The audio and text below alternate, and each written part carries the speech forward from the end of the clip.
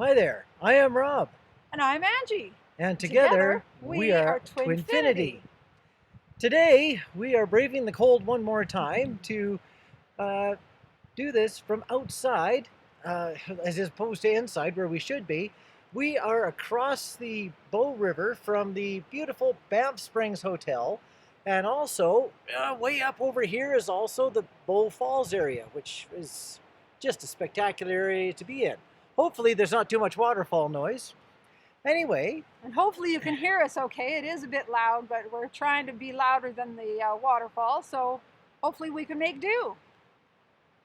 We wanted to first record this video outside in Banff because it's very significant to a lot of our past, present, and hopefully future. So before we go any further, what I wanted to do was share a little bit about our last weekend. For those of you that watched our video last weekend, first of all, thank you for watching the video. Thank you for all your comments, your love, your support. We so appreciate it. We're thrilled to know we're touching your lives because that's the whole reason we're doing this. So glad to know we're connecting with you. So what I wanted to do before we get any further is share a little bit about what conspired last weekend to get us to the point of recording our last video. And that was, we woke up Sunday morning, and we usually have a leisurely Sunday morning. We don't just rush out of bed. We just kind of enjoy our morning. And yet I couldn't enjoy it. I was feeling pushed. I was feeling like I had to record a video. The universe was screaming at me, you have to do this. And I was almost to the point where I was actually really quite cranky.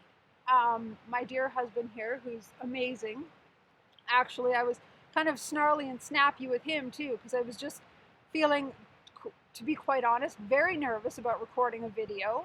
I was not ready for this. I'm highly introverted, and the universe was pushing me beyond what I thought were my limits. And I was trying to go, no, I will do this, but in my own time. Don't rush me. But here we are, we're doing it because we listened. So anyway, I was kind of cranky, and my dear husband goes into the other room, sends me a text from the bedroom with the little, what are those called? Not emoticons. emojis. Emojis. One was the little kissy face, and one was the double heart, and it was so sweet. So I just wanted to let you all know how sweet he genuinely is. Thank you. Welcome. So the rest of our morning, I was a little calmer. I was still not exactly excited about doing a video, but we went out to the mountains. We did it. For those of you who haven't seen it, it was just a very basic video introducing ourselves and saying what our intentions are, that we will be sharing our story.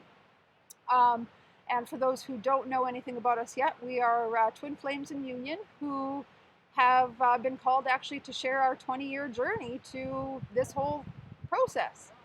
So we go out to the mountains, we do our video, and amazingly enough, it worked. It was actually quite easy and genuinely fun, which surprised us both. Then we get back in the vehicle, and believe it or not, the time on the clock was 5:55. We both had a little chuckle because we've been seeing 5:55, as a lot of you have been. It's not uncommon. We've been seeing it for months and months and months. For those of you that don't know, 5:55 is all about change, which change is happening in our lives. So we get back in our vehicle, see the 5:55, have a chuckle, and then carry on our way. And we come into Canmore. Again, for those of you that don't know, we live in Calgary, Alberta, Canada. That's why if you're seeing it looks a little bit blustery out here, it is. So we're coming into Canmore, which is about an hour outside of Calgary, and we see what we've called in the past the Reverse sunset. And I'm going to let Rob explain it because he does a way better job than I do. Okay, it's a thought that you, like with the sun setting in the west, normally you have to look to the west to see the sunlight reflecting off of water. Well, again, for the second time in our lives, we were looking east. We were looking into cloud cover that was reflecting the sunlight that was actually behind us from the west, back off the clouds and reflecting westward across the lake that we were right beside, again, as what we call a reverse sunset because we're looking the wrong way to see the sunset.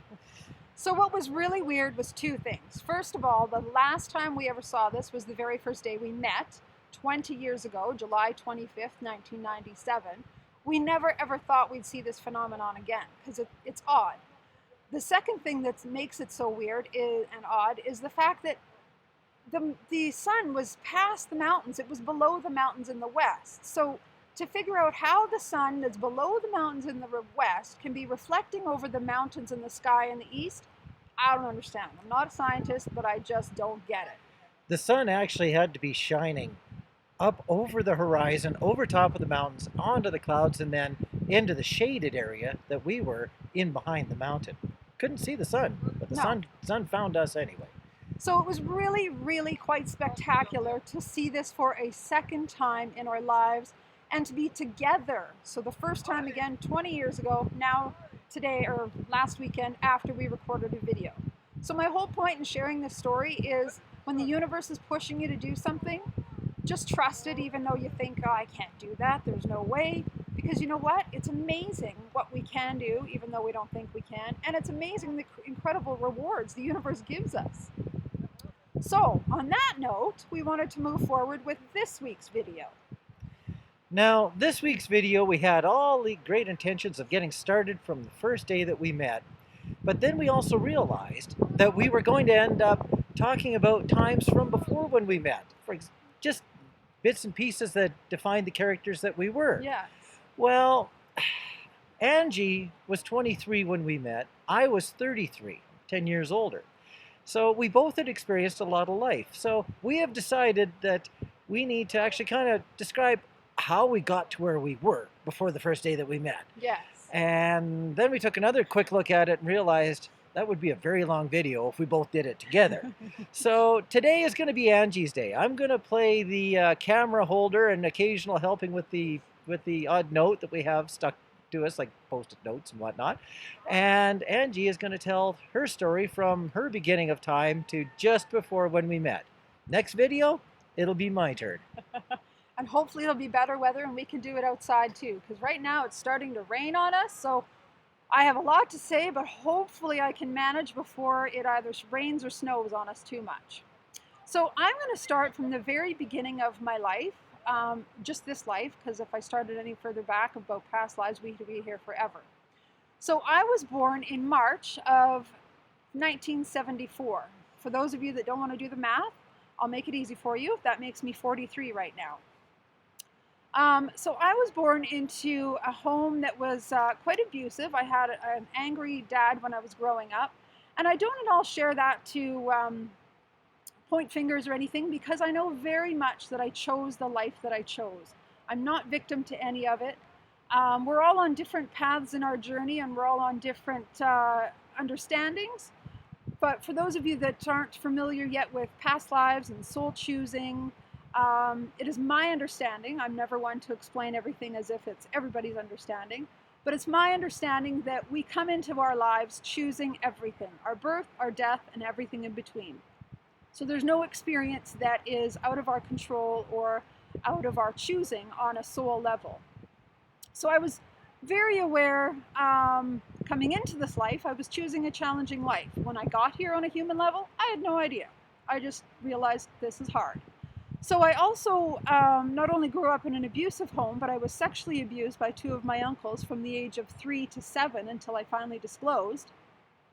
So between abuse at home and sexual abuse, I grew up in a lot of trauma.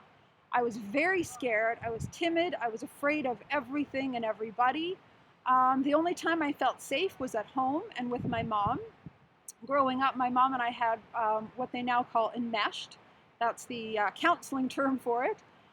In other words, I was glued to her. I couldn't do anything without her. Even going to a friend's house for a sleepover, I would actually lie and make excuses for reasons I had to go home because I was so afraid that I couldn't spend the night at a friend's house. So school was very hard for me. Academically, it was not bad, but just the social aspects, I was afraid of everybody. I was terrified to talk to people. I was a complete wallflower. My teachers would try to bring me out of my shell, and the more they tried, the worse it got, because I was just afraid of everything. Growing up, the only things that helped me cope were, as I say, being at home, complete homebody. And I was also blessed that my family fostered handicapped kids. I discovered at a very young age, from the age of, 16 or 18 months actually, when my younger brother was born, I was a natural nurturer. I loved to be a mother. So I was a mother to him, and then we fostered handicapped kids, and I was a mom to all of them from the age of 7 until 23. So that was kind of my outlook or escape, is being around kids because they were safe. I knew kids weren't going to hurt me. So the other thing that did was help me know from a very young age that I wanted to be a nurse. I was 7 and we were in grade 2 and got to do a career day. And I drew actually a really neat picture that I still have and wrote a little article about why I wanted to be a nurse. And that never ever changed all the way through junior high, high school. So as soon as I graduated from high school, I went straight on to university and took nursing, which was actually kind of surprising because of how hard school was for me in terms of any change. Anytime it was a new semester, new teachers, I was riddled with anxiety for weeks until I got used to the change, got used to the new teachers. So going to university was foreign to me, especially because nobody in my family had ever gone before. I had nobody to kind of bounce things off of and go, okay, how do I do this and how do I adapt with that? I was on my own. But this call within me to go was so strong. There was nothing that I wanted more than to be a nurse, so I did it. Even just to give a little example, I remember when I was starting university, and oddly enough, my dad, who was rarely around because he was a workaholic, was driving me to school. I don't know why he was off or what the situation was, but he could see how terrified I was, how anxious I was, and what a mess I was. And he said to me, "You don't have to do this, you know." And I just said to him, "I do." It's still hard to even explain. It obviously to me now must have been something within my soul, knowing my soul's plan, even though my human self didn't know. On a deeper level, I knew that yes, going to nursing school was part of my path. So started school, very afraid, but still did it. Then, so just to back up, I started university September of 1992. And then in February of 1993, I ended up starting counseling for the sexual abuse. Oddly enough, one day my dad was kind of commenting like, "What is wrong with you? You don't ever go out, you don't go to parties, you don't go out with friends, you don't date." And I said to him, "Why would I want to date? I was abused by men. I have no interest in men." And so that was the triggering point to get me into counseling. So I was so blessed that I ended up having 4 years of counseling and 4.5 years of university. So from February of 97, I started counseling, and it was the best thing for me. It helped me heal the sexual abuse. It helped me heal from the abuse at home. And I grew in ways I never ever thought I would. Before I go any further, as promised in our last video, I had said that I would do some journal reading. So I wanted to share something now. And by the way, I'm shaking not because I'm nervous, but because I'm freezing cold. I forgot to put my gloves on, and I don't need them or want them on because I need to be able to turn pages in my journal. So forgive me for shivering, but it's really cold out here. And the voice from the side says, yes, it is cold out here. I got one hand in a glove and the other hand not in a glove. Yes. For holding on to of camera reasons, and it is cold out here. I'm going to have a really cold hand for about an hour after this is all done. But it was so important to do this in Banff, not only for your benefit, because we love to show off our beautiful places where we live, but also you'll see as my story follows through, Banff is an incredible turning point in my life. So it's really neat to share the story in Banff. So this part of my journal is a little bit long. It's not terribly long, but I wanted to share it all. Number one, so you can see where I was back then. And number two, so that if you've been in the places I've been, you understand you're not alone. A lot of us, just as an aside, a lot of us have actually chosen these kind of lives of abuse, alcoholism, sexual, whatever kind of abuse we've gone through. We've chosen to come into this life with them because we're breaking those templates. We are literally creating a new earth, and we need to break all those past templates in order to do that. So we aren't victim to any of it. We've actually chosen it on a soul level. So bear with me. I got wind factors going on here too, but I'll try and read this without shivering too much. This was just days after I started counseling. My counselor recommended I start writing in a journal, and it was the most healing thing for me. I think I have 56 journals now. I've written for many, many years. It's been incredibly therapeutic. So, February 11th, 1993, what I wrote was, right now I have every emotion possible in my body. I feel happy, sad, scared, excited, and everything else. It's finally setting in that I was sexually abused. It really happened to me, and I'm still here, still living, and still coping. After reading the first chapter of The Courage to Heal, which is a book that my counselor recommended, which was amazing to me, I feel absolutely overwhelmed. So many of the things that I feel, do, think, have been felt, thought, and done by many other people. I'm not alone. And I wrote that in capital letters because it was the first time I'd ever discovered that there were other people going through this. I had no idea. All of the years I was thinking I was alone, weird, or crazy were coming to a halt. I feel that I'm not worthy of being around others, that I'm not equal to others, and that I don't belong. My life is very limited. I can't relax and enjoy myself for fear that if I let my guard down, someone will hurt me again. I can't trust others or be close with people, and I'm on a superficial level with all but 2 people in my life. The abuse has controlled all of my life, what I wear, how I act, what I do, who I see, and how I see myself. I don't feel like I have control of my life. I simply float through life. My childhood was stolen from me, and I was never able to act like a child, never able to be carefree, and I miss that. I feel I've been cheated and robbed of what should have been mine. I don't know how to enjoy myself and feel good. All I feel is pain. So that's where I was when I first started counseling. I was 18 years old and really hadn't even lived life yet.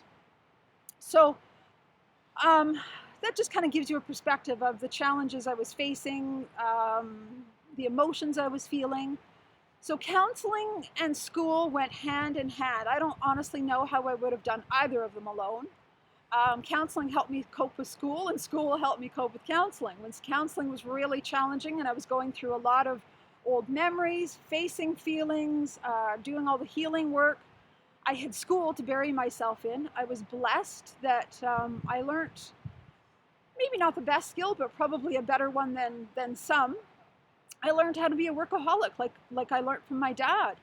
So it gave me great grade in school. I ended up graduating with distinction, not certainly because I was smarter than anybody else, but because that was my coping tool. I buried myself into school. I still didn't go out. I didn't go socialize a whole lot. Friday night, I'd be at home studying.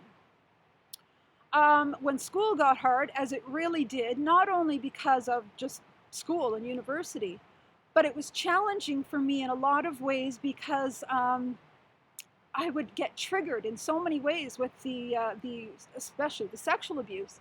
An example is my first 2 years, the practicums were in hospital. And first of all, I did not know back then I was an empath. I didn't know I was highly sensitive. I didn't know I picked up other people's feelings. So you can imagine, you walk into a hospital and all I felt was anxiety. I had no idea that it wasn't mostly mine. I was feeling a lot of anxiety from people in a hospital. So it was very hard for me to cope because I was a mess. I couldn't think straight. I almost got kicked out of nursing, not because of the academic, but because of the practical, because I was struggling so much with the practicum stuff of school. Our lockers were in the basement of the hospital, and that would give me horrible triggers because the sexual abuse happened in the basement of my grandmother's house. So every time I'd have to go to the basement, I would have all these triggers, and then I would be a mess, and then I'd be terrified as a teacher was watching me do every skill that I was doing. And I knew it wasn't about my abilities. I mean, I know, working with our handicapped kids, we had a baby that had no kidneys, and I was 12 at home doing home dialysis with no problems. So it was just the fact that I was incredibly overwhelmed, full of anxiety. I was constantly a mess in the practical settings of nursing. So looking back, what helped me get through it was counseling. So blessing, huge blessing to have the two of them together. They worked hand in hand, and I don't know if I would have made it through without each one of them as a coping skill for the other. So going through university, I was also starting to learn to date, which surprisingly enough, that was obviously the work of the counseling. I ended up, oddly enough, with what I've termed Rob number 1. This is not the Rob that I'm with now, my twin flame. This was somebody I had known since high school, felt very safe with him. So we dated actually for only 3 months. We were friends for a long time. Dated and it just never quite worked. The funny thing also though was that in that relationship I was the chaser. I chased him for 7 years. So with Rob number 2, my twin flame Rob, I was the runner. So it's kind of funny. I've been on both sides, which I never really connected with until preparing for this video. So kind of funny to discover that.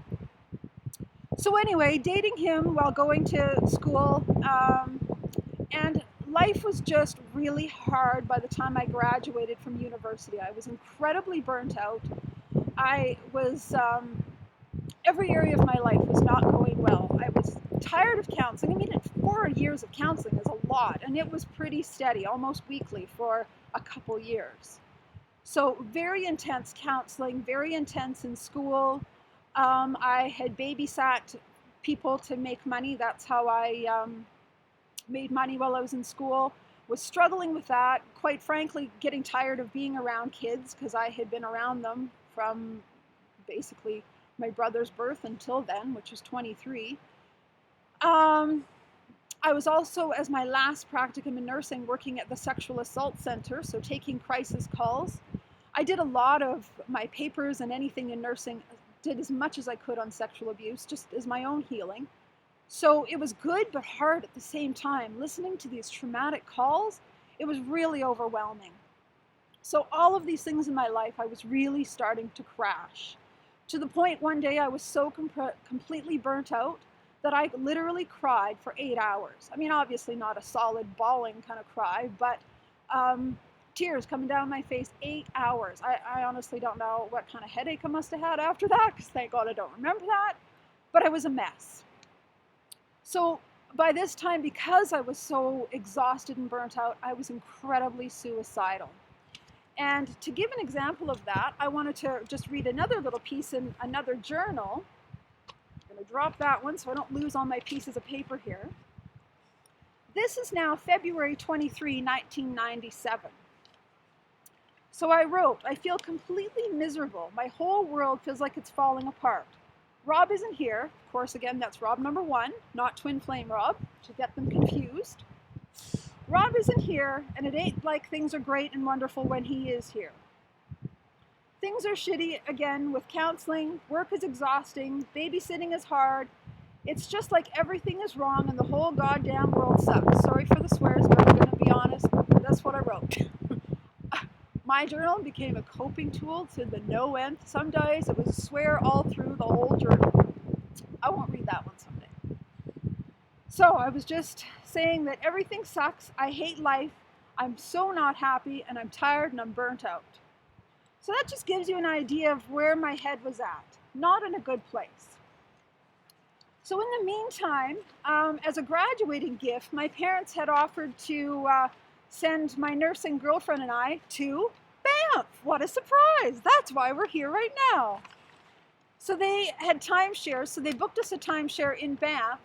And by the way, just as an aside, back when I was growing up, I lived in Edmonton, Alberta, Canada, just to be clear, because I know there's people from all over the place watching this, which is, what, 5 hours away from Banff? Yeah, solid 5-hour drive. Yeah, but 3.5 from Calgary and about a 5-hour drive from Banff.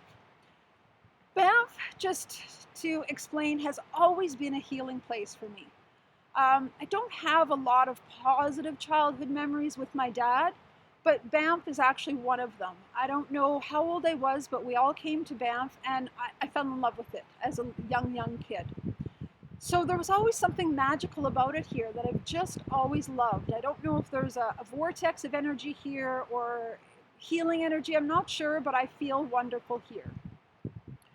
So whenever life was hard, I would go to Banff. There was a couple years in school before I was this burnt out, where I was just sharing, that I went to Banff, and it was always rejuvenating. So when my parents offered to send my girlfriend and I to Banff, I was overjoyed. I thought, God, that's exactly what I need. So we're driving through Calgary to get to Banff, and on our way through, we're at this one spot, which is just at the edge of Calgary, heading back out into the mountains. And I just had this weird feeling, and I said to my girlfriend, I have to move to Calgary. Now, what's really weird is, number one, I didn't know anybody in Calgary. Number two, complete homebody, as I shared from before. Still, yes, with counseling, I had changed some. I was able to be braver and go out and be more social, but still, for me to move to a whole new city wasn't me at all. But yet I just felt this bizarre call within me that just screamed, you have to move here. So I didn't really think much of it. We went to Banff, thought whatever that was, put it out of my mind. And I was so excited to go to Banff because I was so empty and burnt out. Get to Banff and discover it's not working. The same magic that Banff has always had isn't helping me. And literally, there wasn't a day that would go by that I didn't think of suicide. It's the only way I knew out. I felt genuinely hopeless. And just to reiterate that, I wanted to just read another little piece here. If I can find my way. So I've written, Rob and I will never have a relationship, so what's the point? I really just want life to be over. God, I want to give up so bad. That's the other thing. I've pretty much stopped believing in God. There can't be a God. No one is so mean and unjust that they would make life this hard and miserable. I'm so unhappy, I just give up. And by giving up, I genuinely meant giving up my life. I was that fed up, exhausted. I didn't understand the purpose of life. Looking at, people that I was working with at the sexual assault center who had been through horrible experiences, way worse than mine. Mine were nothing compared to what they had been through. Dealing with our foster kids and looking at these kids that were so sick and born without kidneys, born without a brain. I thought, what kind of a God is that picks favorites? Some people are born in wealthy, fancy houses and fancy lives, and other people are born in Ethiopia. That is some cruel God. So I was struggling, and I had all these questions for God and wasn't getting any answers. So while we were in Banff and I was feeling completely hopeless, I had decided I was committing suicide. That was genuinely it. My girlfriend went skiing for the day, and I had decided I was going to go stand in front of the train because there was one not very far at all from where we were staying. No suicide note or anything. I didn't even want it to look like a call for help. I was just done. I didn't want to think. I didn't want to feel. I just wanted out of this life. So I had started walking towards the train after she left to go skiing. And the most bizarre thing happened to me. I ended up walking the other way into town, which is the opposite way from where the train tracks were. I don't remember the walk at all. I don't remember how I got into town. All I remember is starting out walking toward the train tracks, and then it ends up, I'm in a bookstore. Still don't know how I got there. I say angels because I believe heavily in angels. I feel like an angel literally picked me up, transported me into the bookstore, and poof, I have memories again. So I ended up in this bookstore with a book in my hand. I don't remember going through the bookshelves, don't remember looking at books. All I remember is this book is in my hand. It's called Conversations with God by Neil Donald Walsh. I've mentioned this book in some of my writings and stuff, so for those of you that have read some of my stuff, now it'll make sense why this book is so impactful in my life. So I flip open the cover, and it's talking about this man is so angry and so fed up, and he's writing this angry letter to God going, why? Why is this way, and why is that way? All the same questions I was asking, and then more. Amazingly enough, he goes to put down the pen after writing this angry letter to God, and all of a sudden feels like there's more to write. So he picks up the pen, he starts writing, and what comes out is, are you just venting, or do you want answers to these questions? So he starts literally having a conversation with God through writing, and God starts explaining every answer he could possibly want. God starts writing through him, and it becomes, many years later, many books. Literally just this man having a conversation with what he believed was God. The amazing thing is that everything that I was asking was answered so quickly that I instantly bought the book, went back to the chalet that I was at, and read and read and read. And it gave me the hope to carry on. So from going to being completely suicidal to being, that's it, I'm here, I'm committing suicide today, and then ending up in a bookstore with a book in my hand that I never thought I'd read. Just as an aside, I was not spiritual at all before this. Didn't know anything about souls, God, other than, the little bit that I'd learned growing up Roman Catholic. I didn't know anything about choosing your life or any of that stuff, past lives, soulmates. So it was a huge eye-opening for me.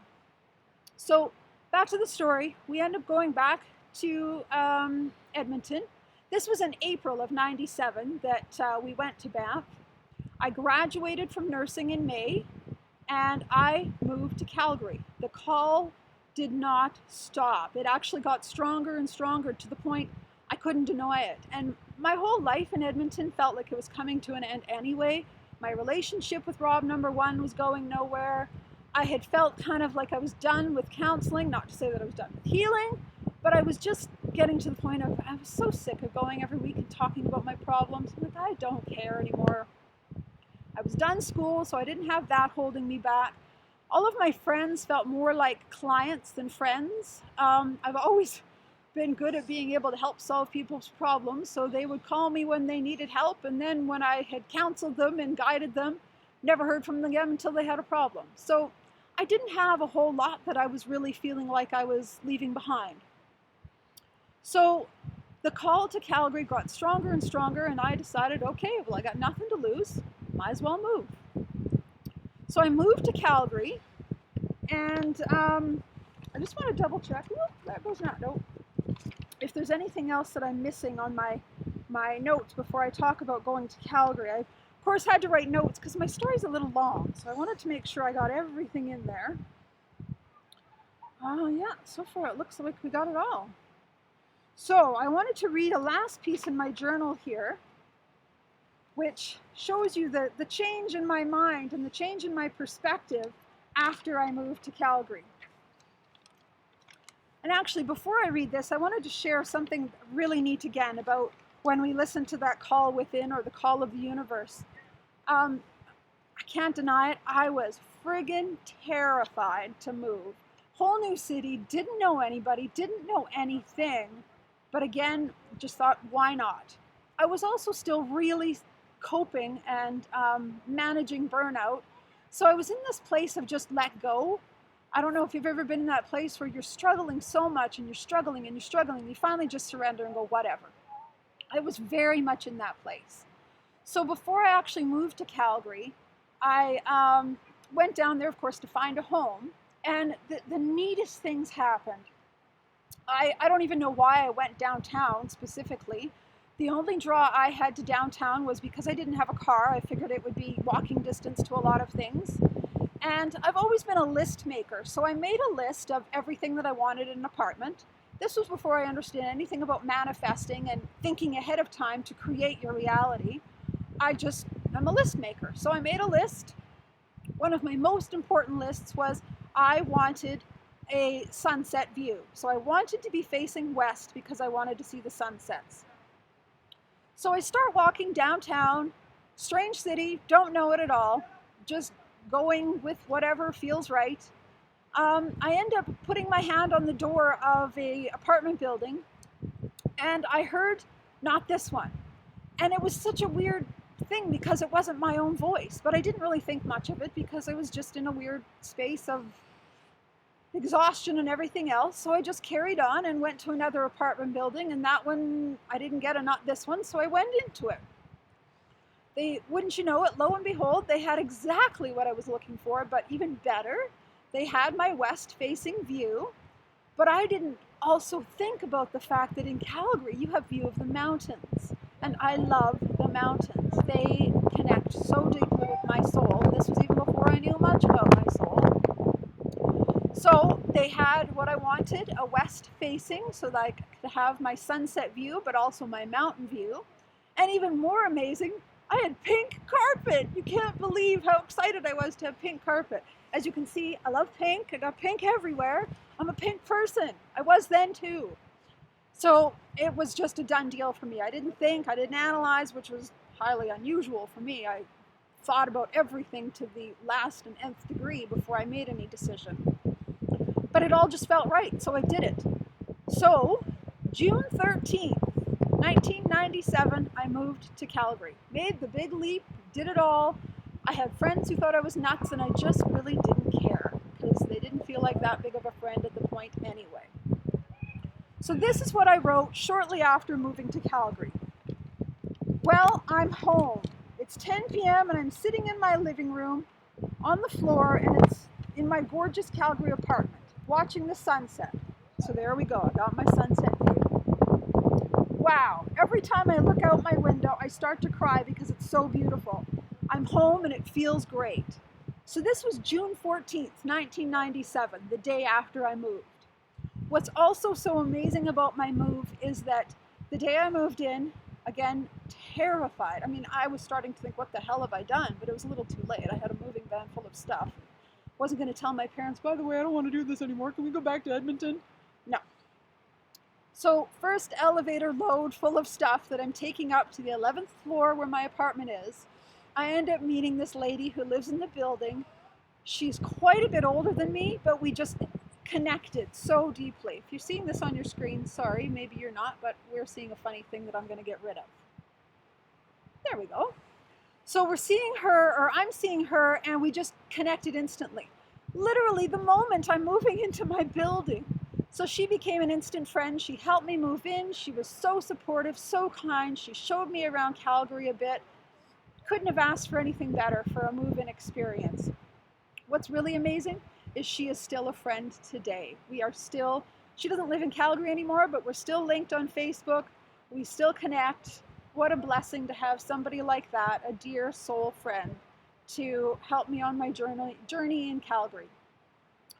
So I think that's the end of my story. That's just shortly before I met Rob, and that's the story we'll tell after he tells his story. So that gives you an idea of who I was, where I was going, what experiences I had had. And we thought it was important to share all this because these things will come up later as we share our journey together in more detail. So on that note, I don't think I have anything left to say. We'll bring Rob back in so we can say goodbye to you together. Yay, and I bet we both have like red faces. That's not frostbite yet, but that would be in about another half an hour. It's cold. My hands are all wrinkled. If I can get them in there, they're pretty wrinkled because Yeah. they're really cold. So, but we did it. We out here and we made a video in the mountains, which is really awesome. It's about a 15 to 20 mile an hour wind out here. We're just in a little bit of shelter, but not much. And it is right close to the freezing mark. I have seen the odd snowflake in the air. And, well, welcome back to winter for us. Yes. Anyway, I got to sit here and listen to this. Angie had not rehearsed this at all other than doing some reading. It was actually fascinating to listen to her story because some of this he doesn't know. I had not heard some of this before. So, yeah, this has been great. So before we actually just freeze solid and become stuck to this cold rock that we're sitting on, I'd like to bid you, well, a very happy week, and we are going to go warm up. Yes. The truck's got a great heater, and we're going to need all of it. And I just wanted to end by saying a new little thing that just came to us yesterday, just a reminder for all of us, including ourselves, is that the only way to connect and find your twin is within. Just a little ending to go by. So we love you all. Thank you for your support, and we will catch you soon. Okay, have a good week. Bye.